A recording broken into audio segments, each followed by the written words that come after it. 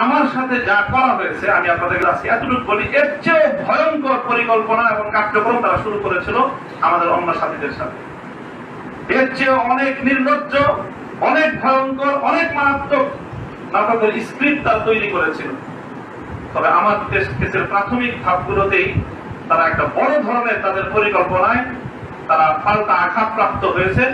তারা ওই সকল নাটকগুলো মঞ্চস্থ করার দুঃসাহস পায়নি।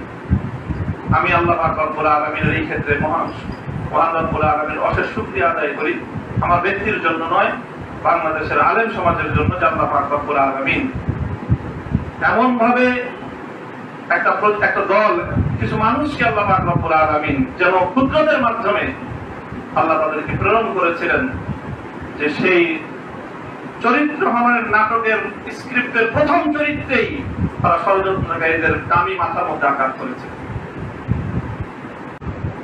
এক তো এই যে চরিত্র হননের মাধ্যমে ইসলামী নেতৃত্বকে জনমানুষ থেকে বিচ্ছিন্ন করার এক সুদূর প্রসারী ষড়যন্ত্র।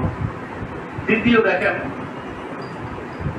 প্রত্যেকটা যে নির্ধারিত কোর্ট মামলা, তো 41টা মামলা ফেস করতে হয়েছে। প্রতি মাসে, প্রতি সপ্তাহেও 2 দিন 3 দিন পর্যন্ত কোর্টে যাওয়া হয়েছে। কোর্টে নেন, আচ্ছা অসুবিধা নেই, সবাই স্বাভাবিকভাবে নেওয়া হচ্ছে।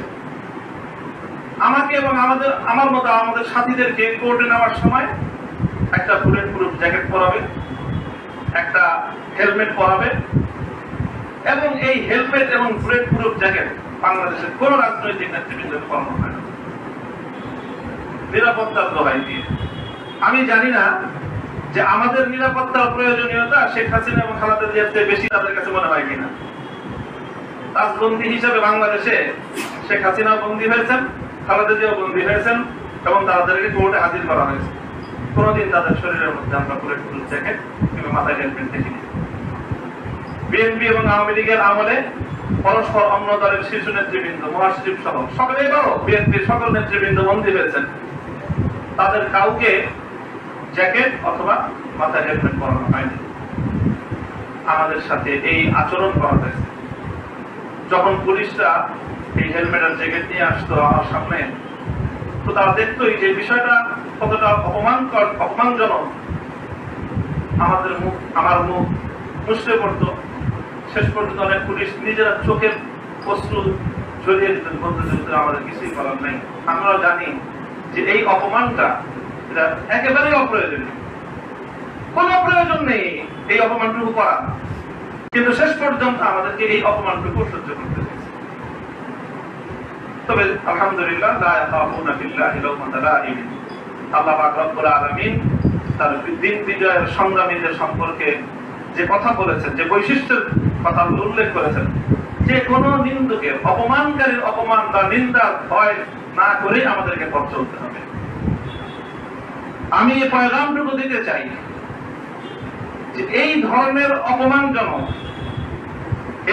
অপমানজনক আচরণ ইসলামী নেতৃবৃন্দের সঙ্গে কেন করা হলো জাতির সামনে তার একটা ব্যাখ্যা এবং তার জবাব দিতে হবে, এবং সেই জবাবটুকু অন্তত আমাদেরকে আদায় করে নিতে হবে। আল্লাহ পাক রব্বুল আলামিন আমাদেরকে তৌফিক দান করেন। দেশ এবং জাতির মুক্তির জন্য আমাদেরকে একটা সুপরিকল্পিত পথে সামনে অগ্রসর হতে হবে। অবশ্যই আমি সবসময় একটা কথা আগেও বলতাম, এখনো বলি, যে আমাদেরকে দুটো পথ পরিহার করে মধ্যপন্থী আরেকটা পথ অবলম্বন করতে হবে। পরিহার করতে হবে চাটুকারিতা এবং হঠকারিতা।